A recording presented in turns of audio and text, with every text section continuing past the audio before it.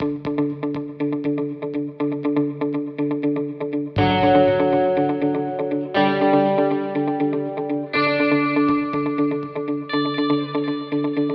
our next speaker is the current Group Product Manager at Google, responsible for leading teams across 5 countries to help businesses increase employee productivity while reducing technology costs. He also spends time working with ministers and secretaries across the globe to improve education outcomes by better implementing technology to increase student engagement. In 2016, he was chosen by the White House to help the First Lady with her higher research initiative. With about 22 years in management experience across several Google products such as Android, Chrome, Google Drive, Google Calendar, Google Tasks, just to name a few. 4 degrees from Johns Hopkins. We have an introduction video coming up, but please join me in giving a very warm welcome to the one and only Cyrus Mistry.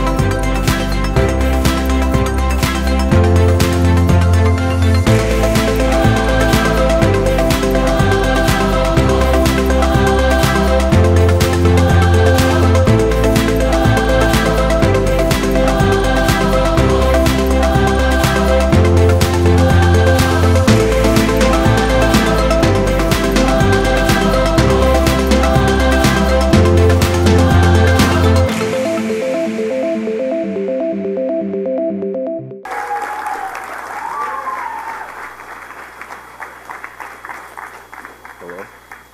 Mic's on? Good you?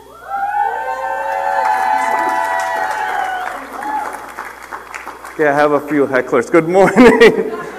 I will get them back later. Getting back later. Good morning. How are you, everyone? Wow, that really is bright. Xerxes was right. Stop it. Okay, good morning. How is everyone? I think we're running way behind, so I'm going to try to go really fast. It's a pleasure to be here. I've been to many of these congresses, and I know how brutal it is to get out here at 9 a.m., which is probably why we started at 9:23 with 10 people. But it's way better now. Okay, good. And I'm totally appreciative. I'm sure you're here mostly because you saw the word Google, not because you saw Cyrus Mistry, but that's fine. I'll take it. I'll take it anyway. So I'm going to try to keep it more discussional and have it be more Q&A and more fun and interesting. So I'm going to keep my section extremely short.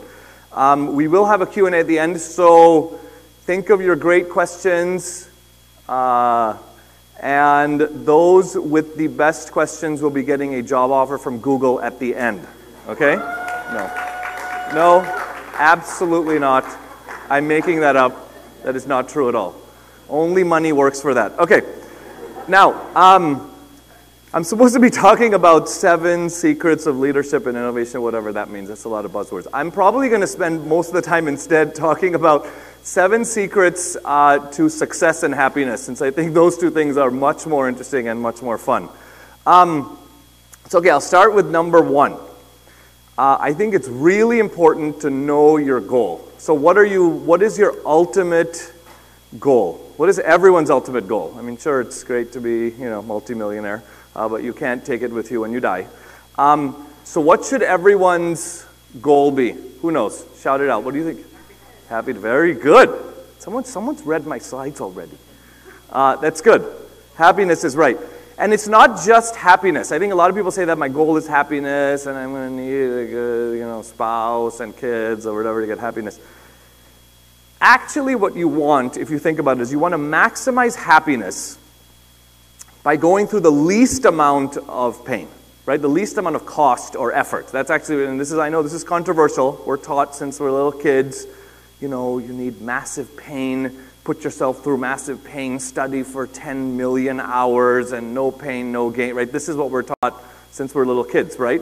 That your whole life should be about you eke out that extra work, and it's all going to pay out someday. But I would say focus on the fraction.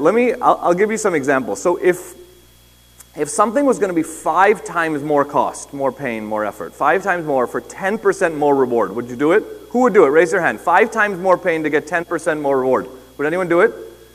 A few people. That's painful. Okay, that's good. Who would do the opposite? If it was 10% more pain, cost, effort to get 5 times the reward, who would do that? Okay, some people are literally sleeping. Okay, it's probably a good idea to do that one. Okay? But the problem is we do the first one all the time. We're just thinking about that 10% extra, and we put in so much more time, right? We do so much more time at work just to get that extra raise that's going to be 10%. You want to work 70 hours instead of 40 just to get. Let me give you an example. I'll actually give you a real example. I was, of course, a major nerd, whatever you saw that. Okay. Johns Hopkins, third year, you take this, biomedical engineering, right? You take this class called Physiological Foundations. Is anyone from Johns Hopkins here? Probably not. 0 people. Okay. You take this class called Physiological Foundations, which is this absurdly difficult class, right? It's like a 400-level class. It is, it's like all med students in there. It's actually a med school class taught to undergraduates and all this. And I knew this was going to be brutal, right? The class is 4 credits. The lab is 3. That's 7 of your credits. It's just this one class. It was a completely brutal class. And I had a ton of other classes to do. So I said, you know what? This is the first time I ever made this call very early on. And I said, you know what? I'm going to downshift that class. I'm not going to go for an A in that class. I have A's across the board, 3, 9, 5, or whatever. I said, I'm going to downshift this. I'm going to go B. I'm literally just going to aim for don't suck in this class. That's going to be my goal. And everything else will be amazing and easy. The effort will be dropped by like 80%, right? If I just do enough. Because I know I can pull out a B, right? So, but that difference made such an enormous difference. I had so much more time. And actually what I was able to do was because I had so much free time from not stressing about that, I was actually able to go, get a second master's because of it. And the irony is, what do employers look at? Wow, there's like a second master's, like 2 masters, right? Versus your GPA in your it's totally irrelevant, right? Especially after you've worked several years, it's not even on your resume, right? So that's an example of keeping that fraction in mind. That fraction is super important. It's not just happiness, but keep in mind how much effort you're putting into it. And I would also say, be data-driven. Google has this phrase. Does anyone here work at Google, by the way? No? Oh, nice. Oh, I love it. Okay, good. So I've been there a long time, 13 years, and Marissa used to say very often when she was still there, she would say, and it's a famous phrase, you've all heard it, right, which is, your opinion, while interesting, is irrelevant, right? We don't really care. Be data-driven. Show me the data. So when you're thinking about your happiness, too, it's important, the same thing, right? Think about your happiness and think about these fractions. It's actually very important, as strange as that sounds. Okay. Number 2. So that's know your goal. Focus on your goal. Make sure you're keeping that in mind. Number 2. Do something you love. Everyone says this. You know this. You hear this. And then your parents tell you, that's all fine, but make sure you're an engineer or a doctor. Right? I don't really care that you really love the flute. It's totally irrelevant. You're going to go be an engineer. Right? So we all know this. It's all sad. We're in our hearts. We're like a dancer. We're a thespian, or we're a comedian, or we love this stuff. But you gotta go please take your coding class and do Java, right? So this is actually very, very true. That you should factor in the fact that you don't want to be homeless, right? But you're going to spend half of your waking life in this job. And if you're in America, sadly, you define yourselves by what you do. Your entire life is what you do. If you're at a bar, they ask, first thing, what's the first thing they ask you? What do you do, right? Literally, your entire life is your job. So make sure that you love it. Make sure that it's something that you really, really love. There's 3 benefits to this, right? You will be more passionate about it, which is always great. You're going to be better at it, because you care. And you'll never be bored, which I think is huge. In 22 years of working, I have never looked at a clock. right? Which is so awesome. I've never been like, is it 5 o'clock yet? What the hell? I hate my life, right? I think that's so critical. And it wasn't going to be like this, right? I was what do they say? Every parent, engineer or doctor, right? So I'm like, I got to do this pre-med thing, at Johns Hopkins, went there freshman year, end of first semester, right? So I've been there 3 months. I don't even know. And I called my parents. I still remember I was in my dorm, and I said, FYI, I'm scrapping this pre-med thing. I love computers. I'm totally going to do that. It's way more exciting. And of course, they're totally depressed, and they sobbed hysterically. But they all made it, And I work probably 1/10 as much as a doctor, right? And I'm doing okay. Okay, number 3, super important. Think ahead, okay? Whatever field you're going into, whatever you choose your passion, unless it's the arts, which will always be there, there's always a place for all the arts because people need something to do with all their success from, being an engineer or doctor. Go where demand is growing. Go into a field, I think someone asked this, was actually a good question, how do I choose my path? Go into a field that is growing, right? There's the old expression, a rising tide lifts all boats. Everyone heard that? Yes? No? Okay, yes, good. It's an extremely important thing to keep in mind, right? That even if you're stumbling, right? Even if you stumble on an escalator that's moving up, you're still going to be moving up, right? You can fail several more times because you're going to be, the teams will grow, the areas will be funded, more people will be coming into it, you'll have a lot more people under you, right? You'll be in the right area, and this is actually true even within a company. Make sure you look within the company you're in. Is this the group that the CEO really cares about, that talks about in earnings calls? Like, make sure you are in the right area of whatever you're doing. And ideally, go somewhere where disruption is very hard, right? Or, and most of you know this, okay, maybe not. Let me give you an example, right? None of you would go into like a video store, right? No one's going to go start a video, I'm guessing. I don't know. They're all like staring at me. Okay. Do not start a video store. Okay. Or a newspaper company, right? As exciting as that is, probably not a great idea. Most of them have, pivoted to be, digital. But you do, or be at a company that, could be in a disruptible field, but is moving fast enough that they're nimble, they're agile. You look at Netflix, right? They said, we're going to disrupt this whole video store thing. Is ridiculous. You're driving out in snow, and you're standing there, and you're grabbing something, and you're, okay, this is way before all of you. But anyway, and you go home, and then it doesn't even work that great. And so they said, we're just going to mail it to your house, and when you're done, you get another one, right? It's great. But then they said, actually, this may not be the best move, right? Because people are now just going and watching, what was it, dog and cat videos, I think someone's. So they went to streaming. What happened then? Everyone else started doing streaming, right? CBS, HBO, they all had their own streaming services. So they said, all right, now and they literally kept completely disrupting themselves, and they said the only way we're going to stay relevant is actually we produce the content. But I'm giving you that example. Netflix is a great example of continuing to weather the storms, being disruptive. If you go to a company like that, your chances of success are significantly better. Number 4, I would say, is start strong. This is super important. Whenever you change to a new boss, a new team, a new organization, a new class, a new profession, whatever you're going to be doing, start really strong. This is the one time when effort is important.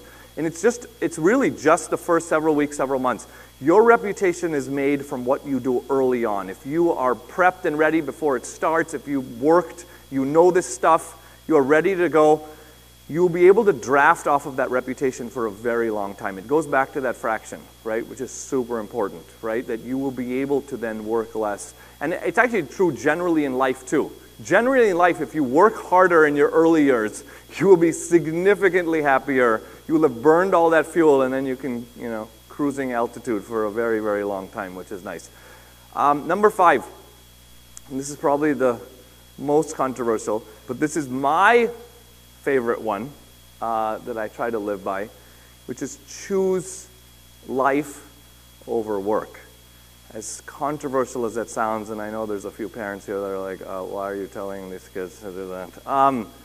It is something you will never regret. When you make that call, there's a famous quote, again, probably my favorite quote, Nobody on their deathbed has ever said, I wish I had spent more time in the office.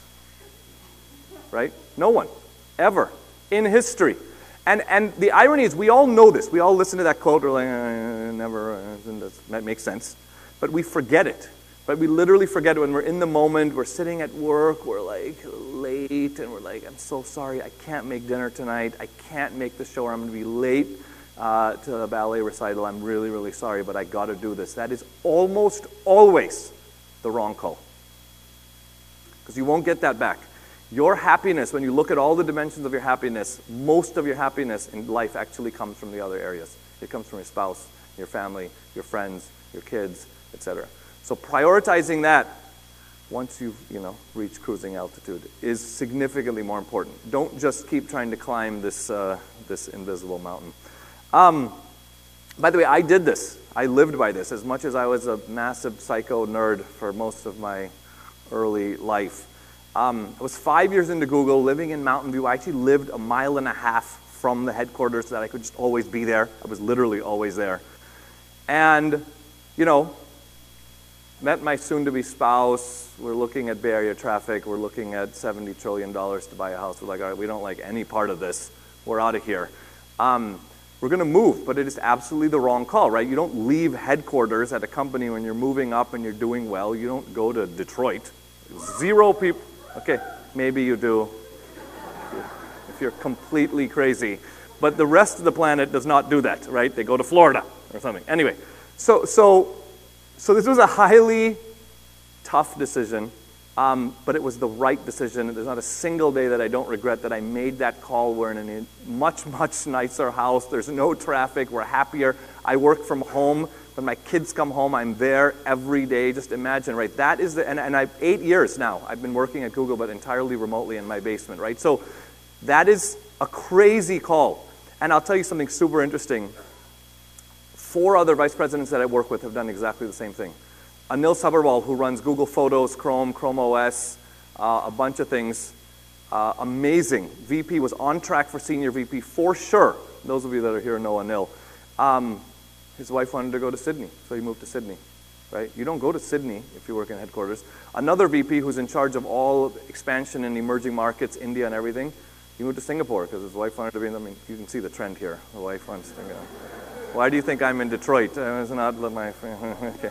Happy wife, happy life. But the point is they made those calls. And I actually think they really are the right call every time. I would say one important corollary to this choose life over work is choose a workplace, wherever it is, that values that same thing, that values you and your life and your family. I've had 7 different bosses, but I've never had one that said, I really need you to skip that. If I say anything, even I just hint, you know what, my kids got this, I won't be able to make this. That's always first. I've never filled out a vacation form or whatever. I don't even know what that means, right? If you need to take off, take off. If you need to work from Houston, if you need to work from LA, work. We don't really care. Get your work done. What's important is that you are able to spend the time where you need it. I think that is so important. If you can find a place that lets you be flexible, lets you do that, it's extremely important. All right, we're almost done. We're good? Okay. Number 6. And this is a good one. Think big. Wherever you are, whatever job you're in, whatever you're doing, if you're on your own, if you are working for a company and you're doing something and it feels incremental, it feels just kind of, we're doing some dinking around here, we're not trying to be bold. It's the number one thing I tell my team is step back. I say this all the time. Those 2 words, I say it all the time. Step back. Is this even the right thing? And you should be always willing to challenge your boss or whoever you're sitting there and be like, I don't even think we should do this. This is totally stupid. I think we should do something much more bold. I think we should do something much more exciting.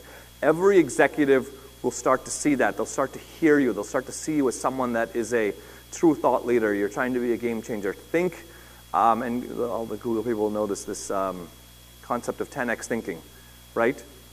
There's a great video if you guys get a chance, right? And go to write your little notes. YouTube for moonshot thinking video. It's a great video by Google. But he gives this example, Astor Teller, who ran Google X, which started self-driving cars and all those different crazy ideas at Google.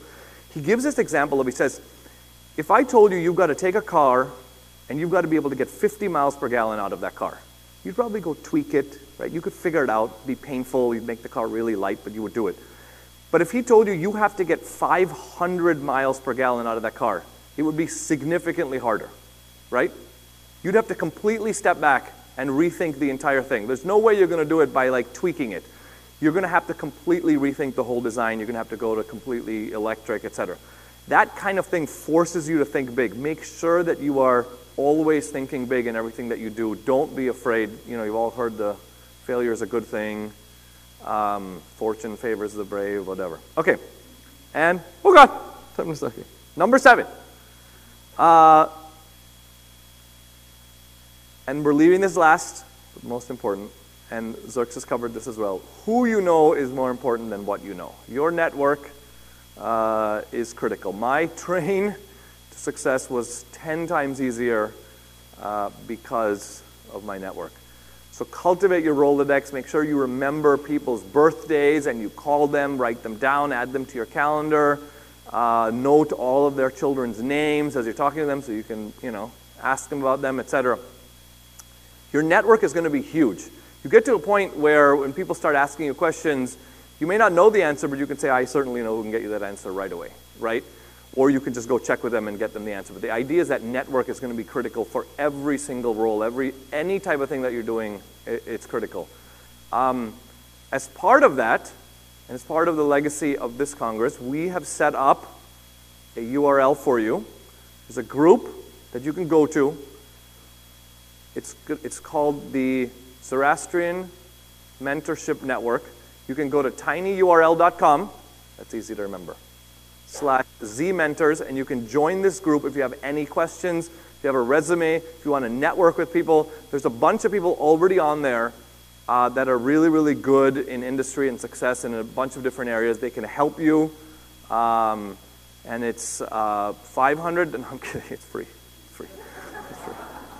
The $500 is for me personally. Everyone else will do it for free. Okay, so I think we have a very short amount of time for Q&A. 8 minutes for Q&A. The first people that come up are going to get a question. Everyone else, no questions. All right, that's it. Thank you very much. Questions? Good. Okay, good.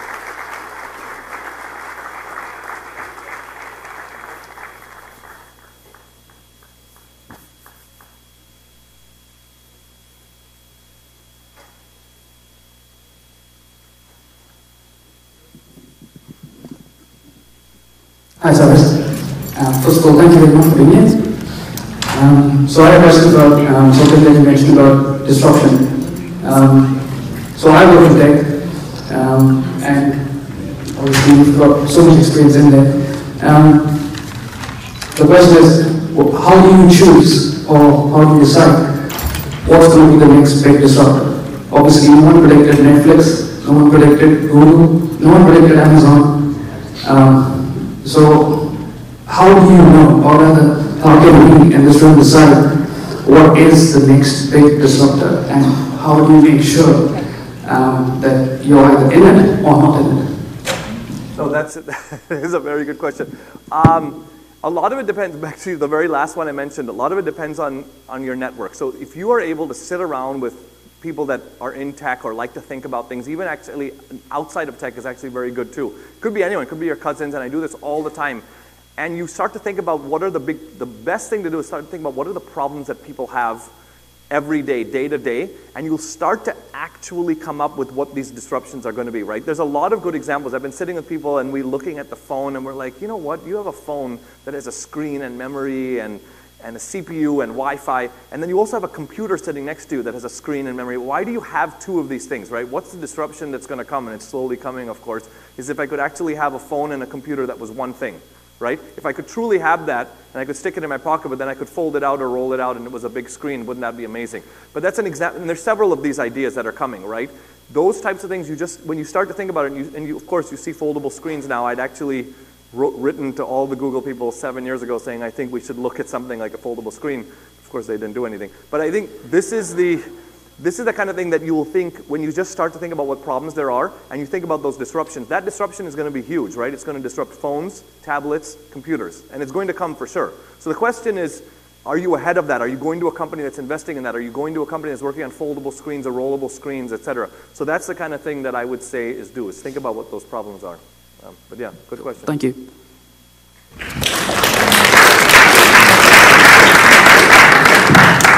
Hey Cyrus, my name is Mirzad. I work at Google under Google Customer Solutions, so an organization that leads into YSK. The question I have revolves around the solving for the quotient for work-life balance. So I think a lot of people struggle with this, and in the organization I'm in, we work with, at scale, many advertisers, and we have revenue targets, and it's filled with very competitive overachievers, and to stand out, first couple months of the quarter require us to basically give our heart and soul. And while we know that, you know, personal lives are important, work-life balance is important, if we want to get promoted, we feel like it's really hard to actually balance those two priorities. So what would be your advice or a tip to help us to do that?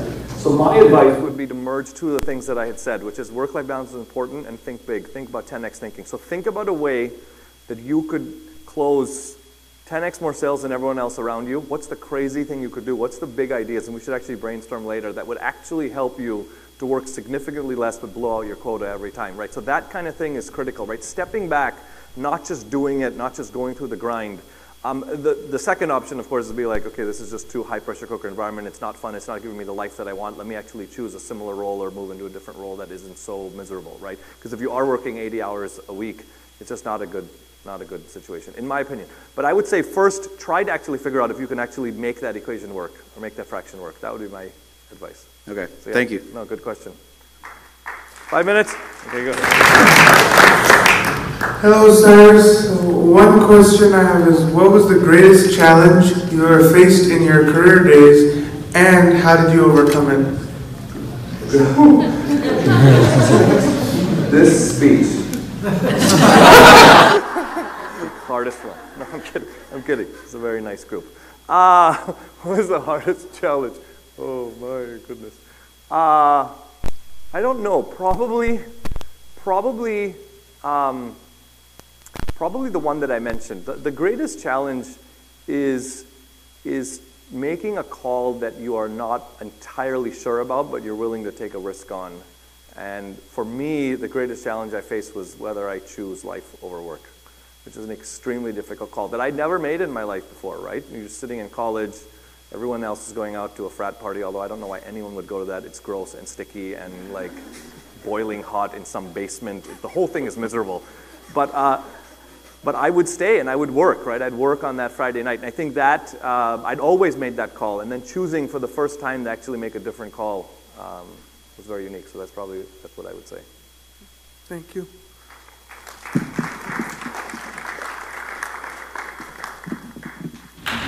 Hi, I'm Anahita also.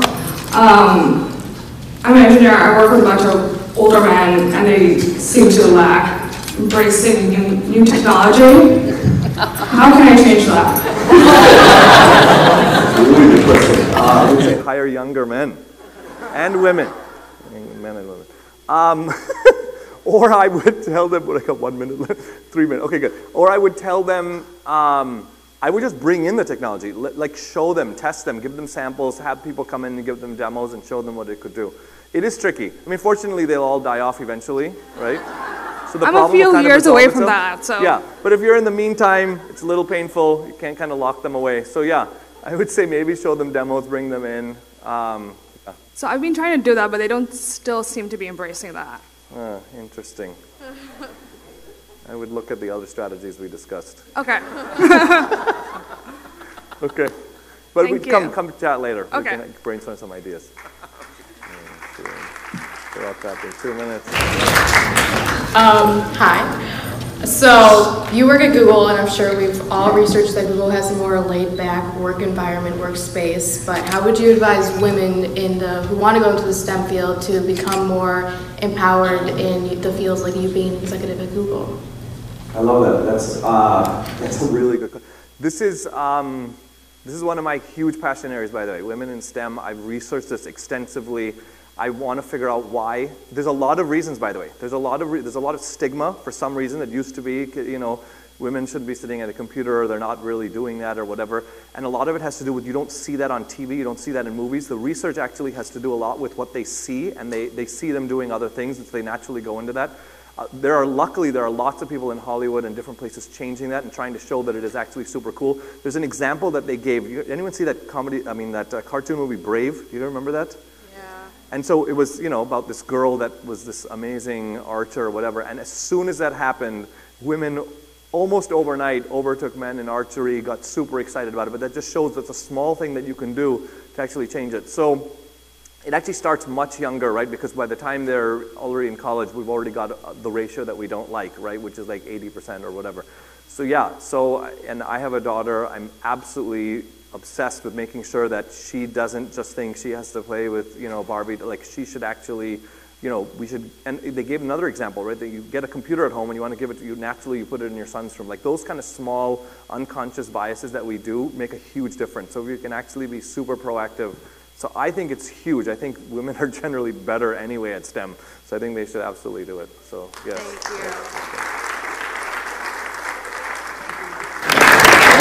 Thank you. You guys can finish. Okay, last three. Okay, good. Hey, thank you so much for thanks so much for coming out. Love it. So can you talk a little bit about how either religion or culture has influenced any decisions that you've made over the last, or maybe like an example or any insight to take away from that? I know it's a good question. I'm not discussing any of that, I guess. Okay, what I will say, to be honest, if I had to be completely honest, right, it hasn't impacted all that, other than, you know, great parents, great values, great integrity and all that. But I would say it made my childhood so much more fun and so much better to have a tight community. And all of us know this. When we look at our community and our lives in our cities, and we have these people that just feel like family, and almost everyone else we ever worked with didn't have that, right? They had their one or two friends that might come over or something like that. But the fact that every weekend we had things and we had sleepovers, and even in a very small community like Detroit where we grew up, I think that makes a very big difference. So I think it did help. It helped us to, you know, work hard, play hard when we were young, and have fun. So I think my guess is it actually made a bigger difference than I've thought of. So yeah, that's a good question. Bro. Thank you. Hi, thank you for your presentation. It's really informative. I'm a veterinarian, and I also have my own house call practice, and I'm hoping to have a clinic, but there's some challenges because there's a corporate trend going on with veterinary medicine going more and more corporate. So we have a lot more VCAs popping up all over. And I'm just wondering, as you mentioned the importance of networking, how you would envision like breaking down some of the barriers that come into play when it comes to trying to get approval for permits or zoning, or finding architects and people who can help with like, loans and different things like that, where a small business owner such as myself can break through, and people will appreciate the service because they want that individualized care. They don't want to go to some place where they're considered a number and people don't really care about their animals. That's right. That's a very good question. I've actually strangely thought a lot about this in the veterinary field. Ironically, my sister is a vet, and she, in a small vet clinic, she's worked in an enormous one in Red Bank in New Jersey, which was like a massive hospital with MRIs and everything. And she's now in a small clinic, and they're asking her to be a part owner. And we actually discussed exactly this risk, that VCAs are becoming big. And the problem is not just that they're becoming big. They get benefits of scale. They get benefits of recruiting and huge, beautiful structures when you walk in, and waiting rooms and all the facilities, all the specialists, the cardiologists, everyone is there. It's actually extremely difficult. But there are ideas that I have of disruptions that you can do. There's examples that you gave, like even in-home care. If you're the only vet, as an example, that will actually come to the house, that's very disruptive, and it's not something that Blue Pearl can do or VCA can do or any of these other ones. So there are things that you can do that will kind of let you stand out. Pricing may be harder, right? That's the irony, is you may actually have to charge more. So you're going to have to figure out, how do I actually do it for people. Maybe you go to clientele that is more high touch but is willing to pay more for the service, et cetera. So yeah, definitely come talk to me afterwards. Okay, well, thank you. Yes, no problem. Hi Cyrus. My name is Rukshad. I've started working like in a couple of years in product management. So my question to you is like a very journalistic question. So my question is, what drives you? Like, what makes you get out of the bed every morning, go to work, do creative stuff? What drives me? At 9 a.m. meeting. It's actually very funny. It's actually a good question. Maybe it's a perfect end question. Thank you. What drives me is retirement. It's 5 more years. I got 5 more years, and then I get to be with my kids all the time and be with them. So what drives me is my family. I want to be with my kids. I want to be with my family. I want to go do things with them. I want to do projects around the house. I want to have fun. And I will still probably do consulting on the side or whatever for companies, small business, whatever. But I think I'll do it on my terms when I want, when I wake up. So that is what drives me. And that's actually literally, I like do the math, or when I'm done here, when can I close up? So yeah, it is life that actually drives me, not work. So yeah. Thank you. Good question. All right, thank you. Thank you so much. Can you just stand? Oh, yes. Okay, can we please have Mr. Feroz Bandara up on stage to felicitate Cyrus? Thank you. Big hand, everybody. I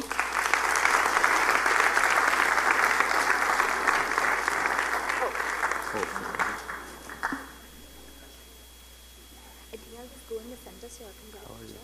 Okay.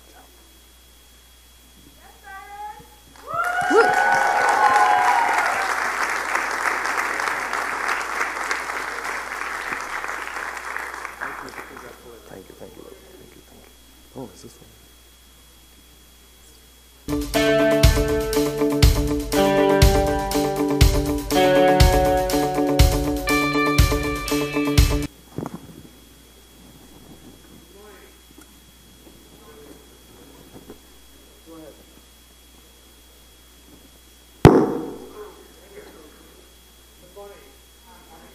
And I'm back again here.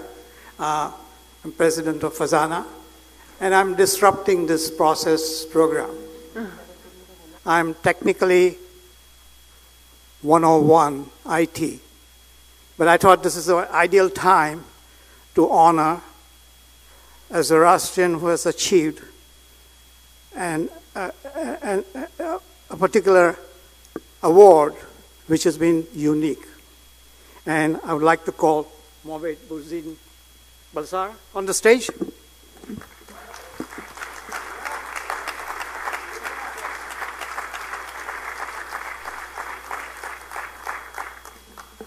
Mohamed Burzin Bandara have won an award from approximately 1,800 high school students from over 50 countries, regions, and territories. They are awarded to showcase their independent research for more than 5 million in prizes. Millions of students worldwide compete each year in local and school-sponsored science fairs.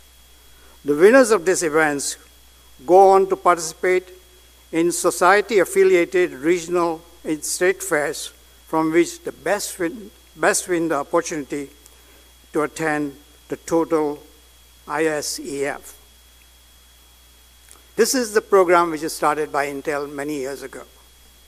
And Intel ISEF unites these top young scientific minds, showcasing their talents on an international stage, where doctoral level scientists review and judge their work.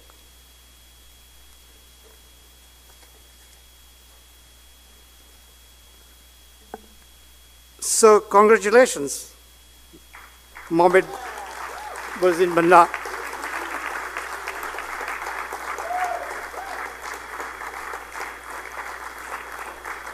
Congratulations, Mohamed Burzin Balsara, for being placed first in the world with your project partner, Malav Shah, in embedded systems at this 2018 Intel International Science and Engineering Fair, known as ISEF. On behalf of Fazana and myself, I would like to congratulate you for this distinguished scholarship.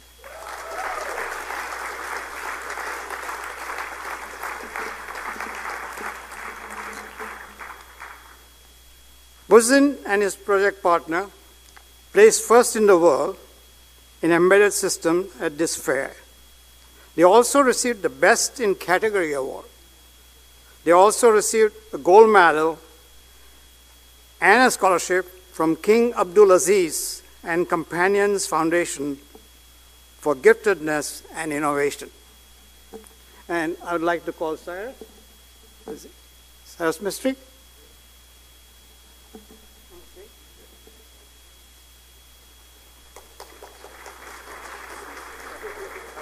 I would like to present this award to Buzin.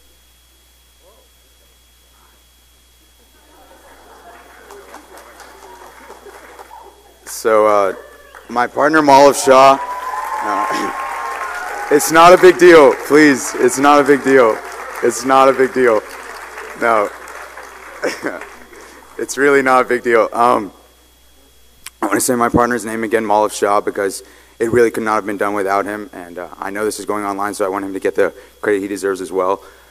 Basically, the premise of our project was that in the modern day, there are a lot of people with significant disabilities around the world that do not have access to proper medical care and cannot access high-cost solutions to remobilize themselves, be it from amputations or severe cases like quadriplegia, where they lose control of all 4 limbs.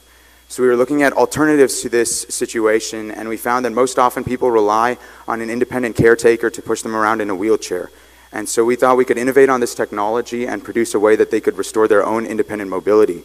And currently, in terms of like wheelchair solutions, the most common one that comes to mind is Stephen Hawking, who has about $500,000 in his former wheelchair that allowed him to mobilize himself and also provide him the opportunity to speak. However, once again, those high-cost solutions are not available to people. So Malav and I looked into a technology that's used in sleep apnea studies to track patient eye movement called electrooculography. And it's a very cheap, low-cost method that tracks a person's eye motion in 4 major directions without using a camera, but rather using simple electrodes that you would use for electrocardiograms to track standard bodily signals like electrical signals. So using electrooculography, we placed electrodes around my eyes and his eyes, and we created an electric wheelchair that a person could control with their eyes. And thank you. Thank you. So right now it's still very much in a prototyping phase. We're trying to do some research with it in college. He and I both attended the University of Texas at Austin, and he's studying ECE, and I'm doing mechanical engineering there. So I don't know if something's going to come out of this one day, but we hope something can help the world someday. So thank you so much. And it's really not a big deal. Thank you.